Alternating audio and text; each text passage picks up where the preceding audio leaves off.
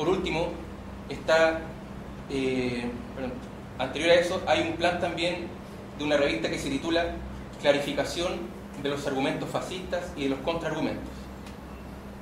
Por último, está la elaboración de la revista Crisis y Crítica, que podríamos indicar que es el plan más importante que llevan a cabo estos autores con otros intelectuales de izquierda de la época.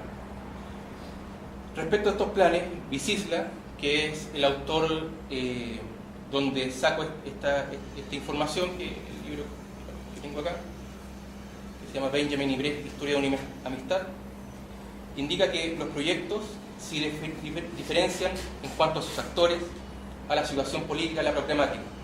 Lo que tienen en común las agrupaciones y planes de revistas es que los intelectuales y artistas consideraban necesario organizarse para una contraopinión pública. La sustancia de las actividades se basaba en la profesión de los involucrados.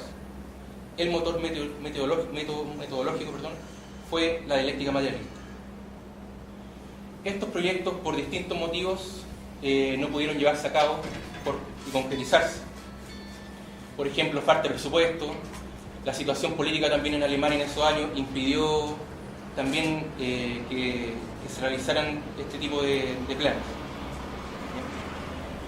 Pasando ya al exilio, hubo un proyecto conjunto entre ambos autores que fue la elaboración de una novela policial que se cuentan con varios elementos de cómo estaría configurada. No se pudo desarrollar totalmente, pero sí se cuenta en cuanto a la temática que se iba a realizar, a los personajes que también iban a aparecer en esta novela.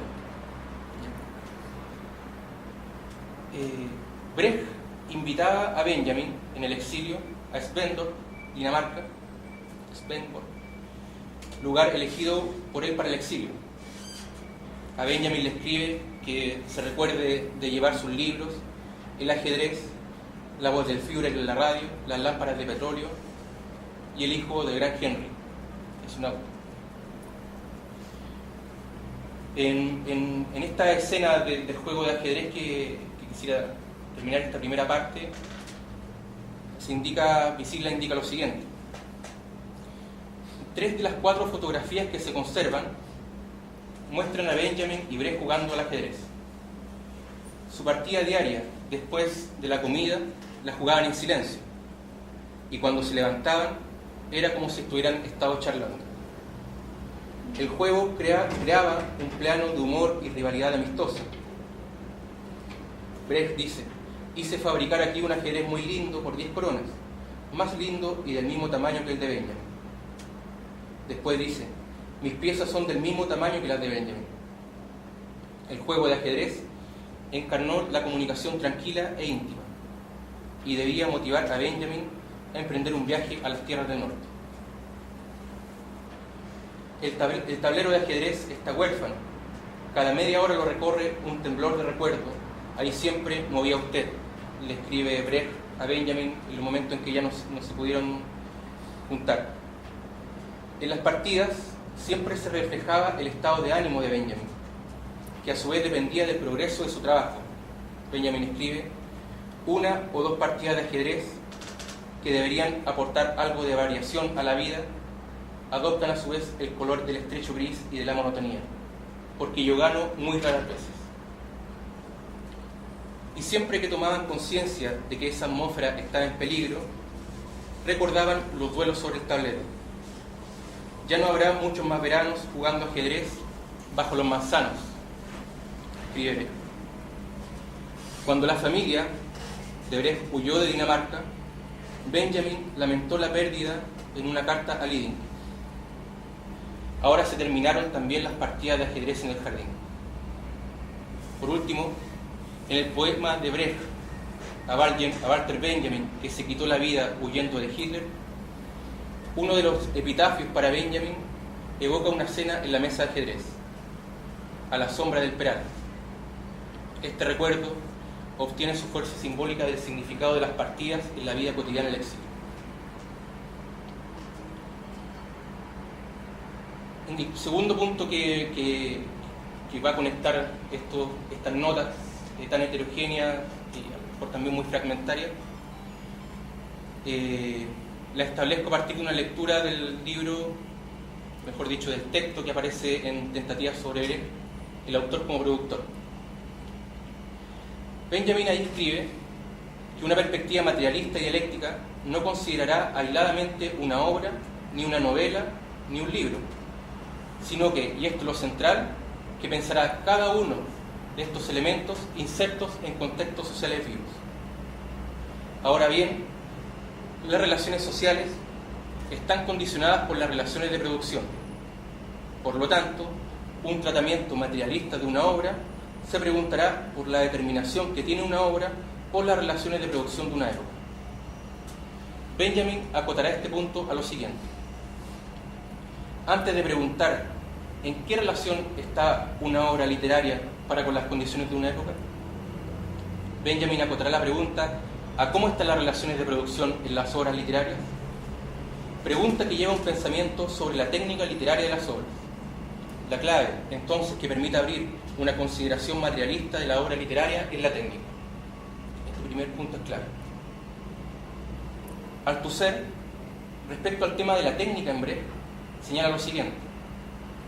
Brecht no habla de práctica teatral, sino de modificaciones en la técnica teatral.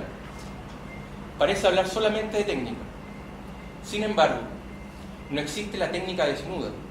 Al contrario, siempre está inserta en una determinada práctica. Althusser escribe que las revoluciones de Brecht en la técnica teatral deben ser comprendidas como los efectos de una revolución en la práctica teatral. Sus reformas de la técnica teatral están siempre ligadas a una concepción en conjunto de la puesta en escena, del sujeto, de la relación escena-público, actores públicos, teatro, historia, que está ligada necesariamente a una concepción filosófica. El conjunto de estos términos hace que las reformas técnicas de Brecht deban ser consideradas como los efectos de una revolución en la práctica teatral. Normalmente, esto hasta el día de hoy, se tiene tendencia a concebir todas estas innovaciones técnicas de Brecht como puramente técnicas. Es verdad, Brecht ha modificado la técnica de la interpretación del actor, pero esta técnica es solo una parte de una modificación mucho mayor. Es una parte de una modificación en la práctica teatral en su conjunto. Si la desprende del resto, ella funciona en el vacío. Hoy, todo el mundo aplica las técnicas de Brecht. Se puede decir, sin temor a equivocarse, que la reducción de la revolución de la práctica teatral de Brecht a simples recetas técnicas es una traición de la revolución de Brecht. Una práctica es toda otra cosa que una técnica. Para Althusser, y aquí observamos un primer cruce de planos por la lectura que hace Benjamin, señala que por práctica entenderemos todo proceso de transformación de una materia prima dada, determinada, en un producto determinado. Transformación efectuada por un trabajo humano determinado, utilizando medios de producción determinados. Esta definición, entonces, la conectamos con con lo que plantea Benjamin en cuanto a que el autor tiene que considerar justamente su medio de producción en la obra que realiza. Regresemos al tratamiento que hace Benjamin. Él plantea que es necesario pensar sobre las formas o géneros de la obra literaria considerando las técnicas de nuestra situación. Técnicas entendidas como práctica teatral en el caso de Brecht, tal como menciona Althusser. Benjamin indica que no siempre hubo novelas en el pasado y no siempre tendrá que haberlas. No siempre hubo tragedias. No siempre el gran epos. Las formas del comentario, de la traducción, incluso de lo que llamamos falsificación, no siempre han sido formas que revolotean al margen de la literatura y no solo han tenido su sitio en los textos filosóficos de Arabia o de China, sino además de lo literario. No siempre fue la retórica una forma irrelevante, sino que en la antigüedad imprimió su sello a grandes provincias de la literatura. Para Benjamin, en aquellos años, se asistía a un proceso de configuración de nuevas formas literarias, que desplazaban algunas distinciones u oposiciones instaladas vía su superación dialéctica. Un ejemplo que nos muestra Benjamin de este desplazamiento nos ofrece